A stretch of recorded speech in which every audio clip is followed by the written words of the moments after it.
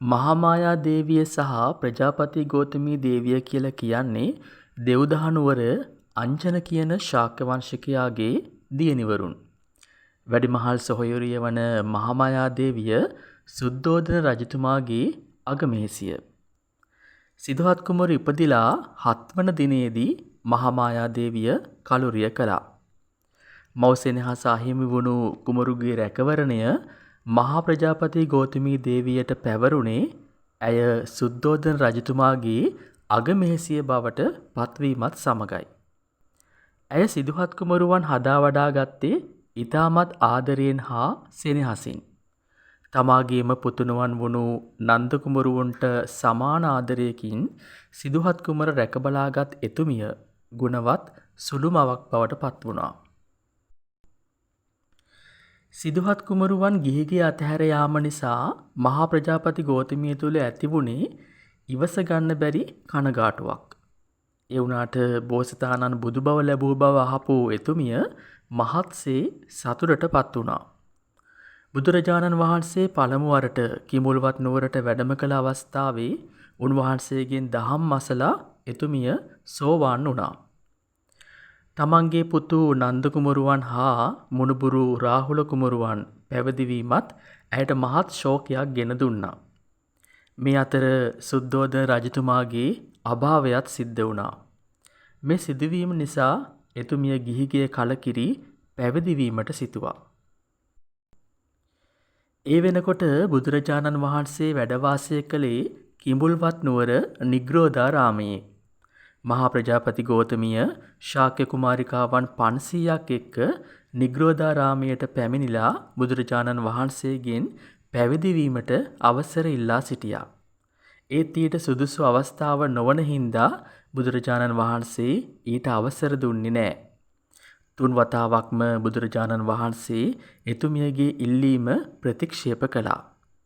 ඉන් අධෛර්යයට පත් නොවුණු එතුමිය කුමාරිකාවන් 500 දෙනා එක්ක හිස මුඩු කරගෙන කසාවත් හැඳගෙන පැවිදි වෙස් ගත්තා. බුද්ධත්වයට පත්වීමෙන් 5 වෙනි අවුරුද්ද උදා වුණා. මේ කාලේ බුදුරජාණන් වහන්සේ විශාලා මහනුවර කෝටාගාර ශාලාවේ වැඩ වාසය කළා. 3 වතාවක් ප්‍රතික්ෂේප වුණත් අදහස අත් නොහල මහා ප්‍රජාපති ගෝතමී දේවිය නැවත වතාවක් පැවිදි වීම සඳහා අවසර ලබා ගැනීමට සිතුවා.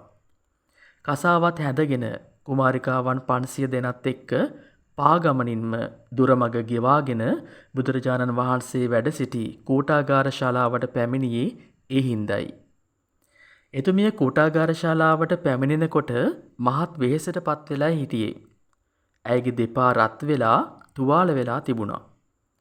කෝටාගාර ශාලාවේ දොරටුව අසලටම වෙලා හිටියේ බුදුරජාණන් වහන්සේ හමුවීමේ අපේක්ෂාවෙන්. වෙහෙසටපත් වෙලා හිටපු ප්‍රජාපති ගෝතමී දේවිය දුටු ආනන්ද තෙරණුවන් තුළ ඇතිවුණේ මහත් අනුකම්පාවක්. ඒ හින්දා ආනන්ද තෙරණුවෝ මහා ප්‍රජාපති ගෝතමියගෙන් මේ විදියට විමසුවා. ගෝතමියනි, ඊතා වෙහෙස වී මෙතරම් දුරක් ගෙවාගෙන මෙහි පැමිණියේ කුමක් සඳහාද?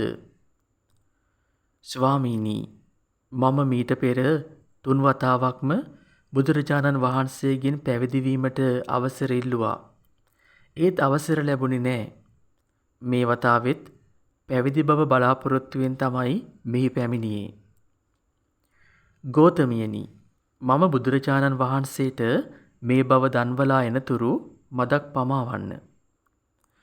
මෙලෙස පැවසපු ආනන්ද තෙරණුවෝ බුදුරජාණන් වහන්සේ වෙත ගියා. ස්වාමීනි, බුදුරජාණන් වහන්සේ කාන්තාවන්ට සම්බුද්ධ ශාසනයේ පැවිදි වී මාර්ගඵල ලබා ගන්න හැකි වේද?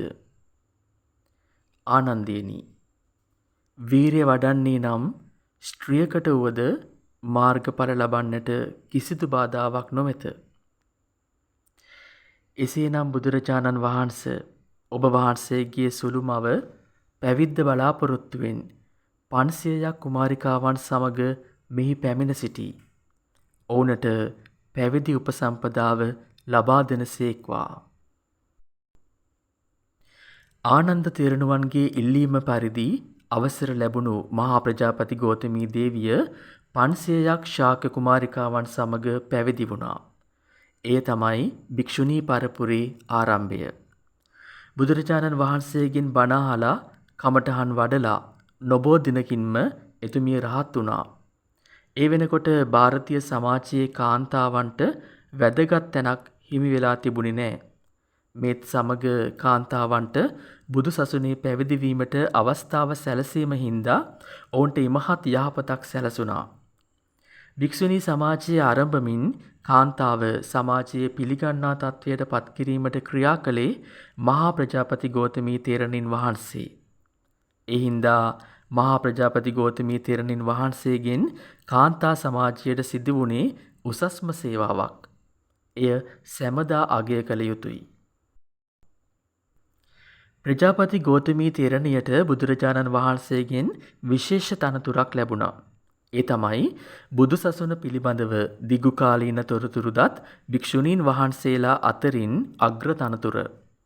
කුඩා කාලේ ඉඳන්ම මහත් කැපවීමෙන් සහ සෙනෙහසින් සිදුහත් බෝසතාණන් වහන්සේ හදා වඩාගත් එතුමිය බුද්ධ මාතාව යන ගරුනාමයෙන්ද සම්මාන ලැබුවා.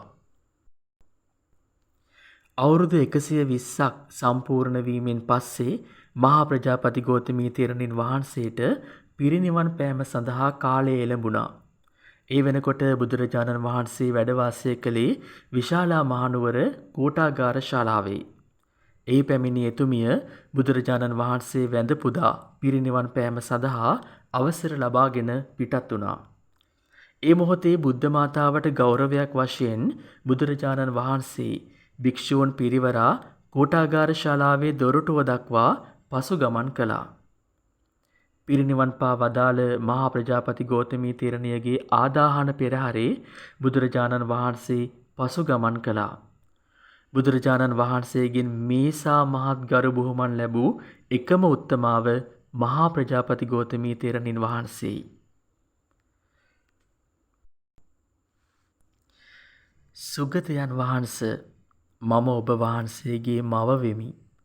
ඔබ වහන්සේ මට සද්ධර්මය නැමැති සැපත ලබා දුන්සේක. පැවිදි බව ඔබ වහන්සේ නිසාම ලදිමි. එබැවින් ගෞතමයන් වහන්ස, ඔබ වහන්සේ මගේ පියාය. මහා මුනීන්ද්‍රයන් වහන්ස, වැඩීම හා රැකබලා ගැනීම පිළිබඳව ඔබ වහන්සේ මට ණය ගැති නොවන සේක. පුතුන් කැමති ස්ත්‍රීහු ඔබ වහන්සේ වැනි පුතුන්ම ලබත්වා. රාජමාතාව රජ බිසව යන නම් ස්ත්‍රියට සුලභය. ඒත් බුද්ධ මාතාව යන නම අතිශයින්ම දුර්ලභය. දයාව, සෙනෙහස, කරුණාව, ඉවසීම, අධිෂ්ඨානය, කැපවීම සහ නොපසුබට උත්සාහය වැනි උතුම් ගුණාංග වලින් පරිපූර්ණ වූ මහා ප්‍රජාපති ගෞතමී තෙරණින් වහන්සේගේ චරිතය කාන්තාවන්ට පමණක් නෙවෙයි මුළු මහත් සමාජයටම ආදර්ශයක්. මහා ප්‍රජාපති ගෞතමී තෙරණියගේ කතා වස්තුව තමයි අද YouTube නාලිකාව හරහා මා ඔබට ගෙනාවේ. ආය දවසක මෙවන් වූ ලස්සන කතාවකින් අපි හමු වෙමු.